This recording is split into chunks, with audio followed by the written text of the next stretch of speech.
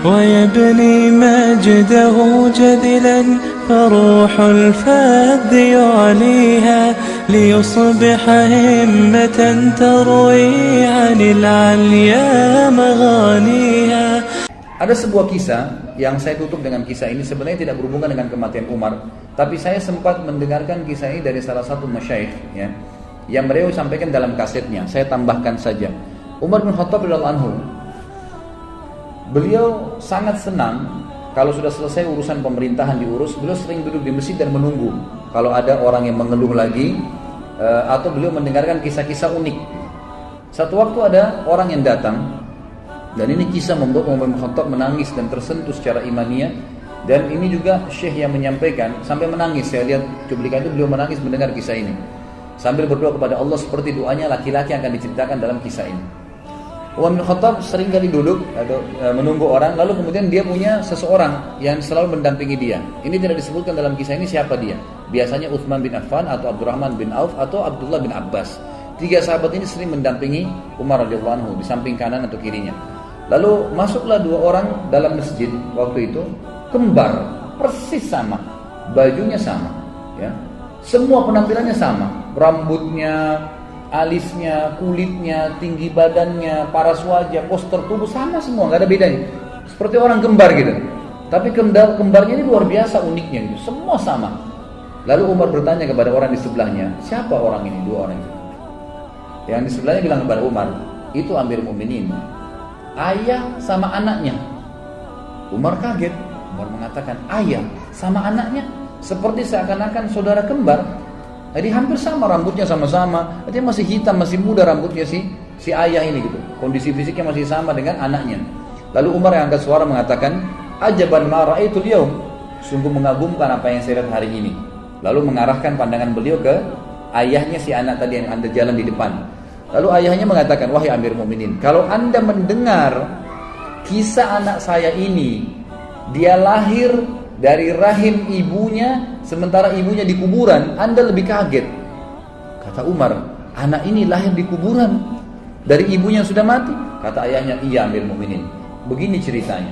Umar bilang, ceritakan saya rahimakallah, semoga Allah merahmatimu. Dia bilang, begini cerita Amirul Mukminin, saya waktu ibunya anak ini masih hidup di Madinah, masyarakat Madinah, orang-orang dari Ansar ini.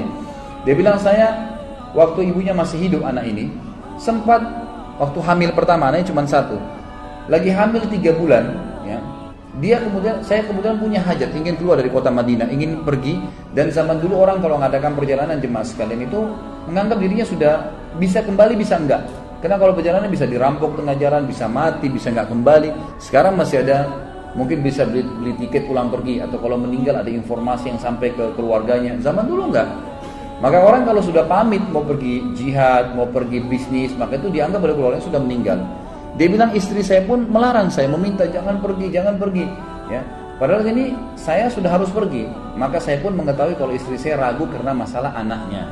Lalu saya memegang perut istri saya sambil mengatakan, ya Allah, saya mengamanahkan anakku yang ada di rahim atau di perut istriku ini, jagalah ya Allah. Lalu dia bilang, saya pun pergi. Setelah saya pergi, saya kembali 6 atau 7 bulan setelah itu. Jadi pas waktu melahirkan istrinya dia balik. Pada saat saya tiba di rumah saya waktu maghrib, kemudian saya coba ke rumah saya, tidak ada orang. Saya kemudian mendatangi kerabat-kerabat saya terdekat yang ada di Masjid Nabi. Saya tanyakan mana istri saya, mereka bilang istrimu sudah meninggal 2 minggu yang lalu. Sudah meninggal 2 minggu yang lalu. Maka saya pun ya sholat isya, dan saya setelah isya mau pulang ke rumah saya dan mengunjungi beberapa kerabat istri saya untuk menyampaikan takziahnya, gitu kan. Kemudian saya lewatin Baqi dan saya bilang pada teman-teman saya dan kerabat saya, mana kuburan istri saya? Ditunjuklah. Dia bilang, begitu saya lewat dekat kuburan istri saya, di atas kuburan istri saya ada asap keluar, asap, banyak sekali asap itu. Lalu kemudian saya bilang, apa ini? Kata keluarganya dan teman-temannya, ini terjadi dari semenjak kami masukkan istrimu di kuburan 2 minggu lalu. Setiap hari keluar asap, setiap hari. Kami juga nggak tahu apa. Kata suaminya apa? Demi Allah, saya tidak tahu dari istri saya ini kecuali kebaikan. Orangnya baik sekali, patuh pada suami, sholatnya terjaga, puasanya terjaga. Nggak mungkin ini keburukan, pasti Allah tunjukkan kebaikan. Dia bilang, lalu tergeraklah hati saya Amirul Mukminin untuk menggali kuburan istri saya. Waktu saya gali, saya temukan anak saya ini berada di bawah rahim istri saya yang sudah mati, gitu kan? Ada di situ, hidup. Dan terdengar suara, dia bilang, saya tidak tahu dari mana yang berbunyi, wahai fulan, dipanggil namanya orang ini, wahai fulan, ambillah anakmu yang kau telah jadikan amanah di tangan Allah Subhanahu wa taala. Sampai Amir Mukminin menangis, Umar dan orang ini menangis sambil berkata, wahai Amir Mukminin, demi Allah, saya sangat yakin kalau seandainya waktu itu saya juga memegang pundak istri saya dan saya katakan, ya Allah, saya amanahkan istri saya. Saya pegang tembok rumah saya dan saya katakan, saya amanahkan tembok rumah ini, ya Allah, maka saya yakin istri saya masih Allah panjangkan umurnya. Tapi ya Amir Mukminin, saya cuma mendoakan anak saya dan inilah anak saya yang Anda anggap unik tadi. Maka ini pelajaran juga besar. Bagaimana kita bisa ambil bahwasanya orang melibatkan Allah Azza wa Jalla dalam segala kehidupannya, gitu kan? Nah, ini sangat bermanfaat. Selalu berdoa, ya Allah, saya mengamanahkan istri saya, anak saya, diri saya, harta saya, ilmu saya, apa yang saya miliki kepadamu ya Allah. Maka Allah SWT akan menjaganya dengan izin Allah Subhanahu wa taala. Mudah-mudahan apa yang kita bahas tentang Umar Al-Faruq radhiyallahu anhu ini bermanfaat buat kita dan Allah memberkahi majlis kita ini dan Allah Subhanahu wa taala menjadikannya sebagai tambahan di dalam timbangan amal kita.